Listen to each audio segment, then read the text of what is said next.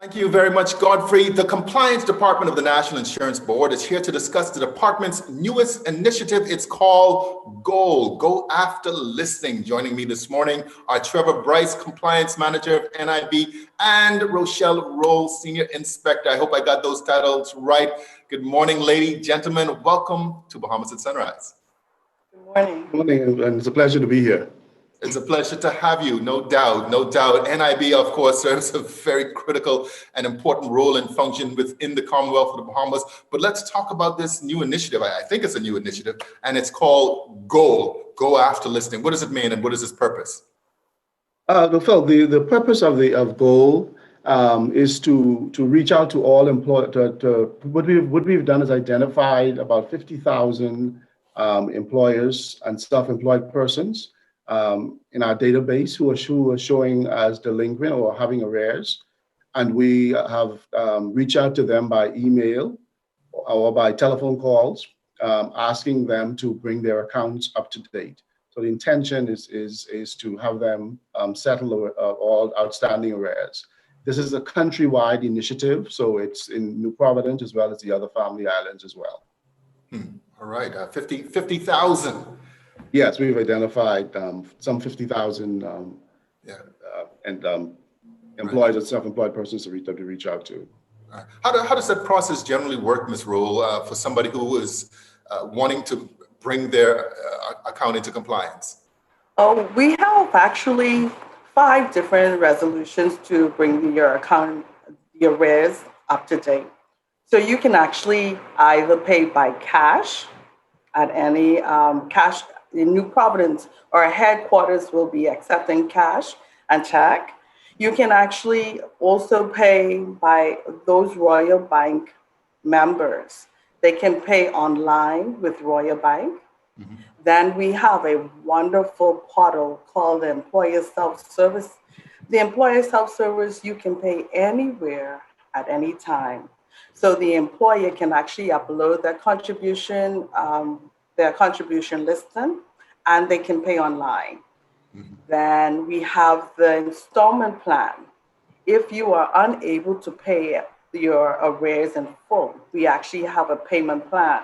Okay. And sadly, if a person does not pay their arrears, then we will have to go through the legal matter. So those are some of the options we have for paying and bringing your arrears up to date. I'm not sure if you mentioned just now, is there a mobile app? You know, there's an app just about for everything. Oh, most definitely. It's called Employer Self-Service. Okay. ESS. Yes. Now, ESS is wonderful. We have persons using it right now where credit card, you can pay by credit card. You can upload your information, your employees' information into the system. And as soon as you press enter, it is automatically into our system. It's on our system. And you can pay by credit card. Credit card, you have your receipt, you have everything right there. Mr. Bryce, why is this so important? I mean, some people, they look at NIB sometimes, they see it, quote unquote, as a tax, but it's not a tax. I mean, this is critical, obviously, for the individual's benefit. Yeah, it's very critical because if an employer does not pay these contributions and an employee has to take time off because of sickness or maternity or for some other reason, and they have a loss of income, NIB is able to step in and provide partial income replacement during that period that employee is away from work. Mm-hmm. And so it's very critical that the employer pays these contributions and provides us with the contribution statements on a monthly basis, because then that allows us to then pay the benefits on a timely basis. And of course, we saw how important this was, especially this year during COVID. And if I recall from the director earlier on during the summer when she spoke with us, you have to have at least a minimum of 52 consecutive payments. I would. Yes, for unemployment. But for other benefits, of course, they have different qualifying conditions. And so it's vital that the employers pay especially if you have employees that are working on a daily basis, and you don't want to disadvantage them by them just having to wait for NIB to reach out to the employer and to run around with the employer to help to be able to help their employees.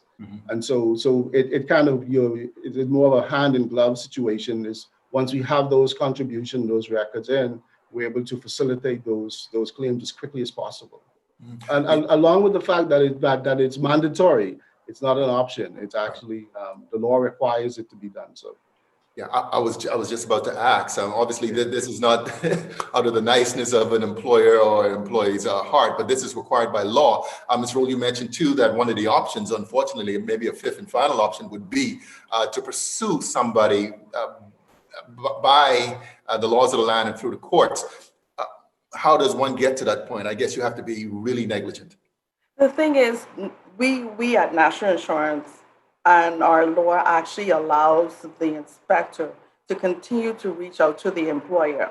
So you have different levels that is taken by the inspector.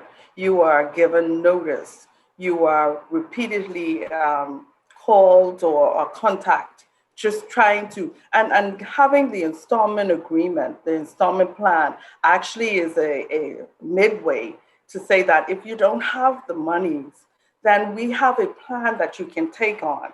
But if you don't take those avenues, and then we have to serve you another notice, then it goes to the legal department. The legal department then carry you to court. So there are different avenues, different steps that we have to take before we get to that point. But a lot of persons end up right there. Yeah, well, I tell you what, you never want to go legal, right? Never No, want to go legal. Mr. Bryce, how can persons who are watching just get more information on this? They may have fallen behind, or they certainly want to certainly, keep up to date with their NIB payments. Okay, for this current initiative is running from November 2nd to December 4th.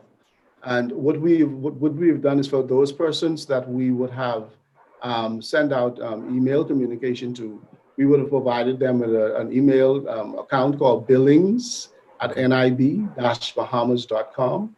So we would ask them to submit all of their queries and their information if they want to inquire about bringing their accounts up to date, if they need assistance or they need to make closure of periods.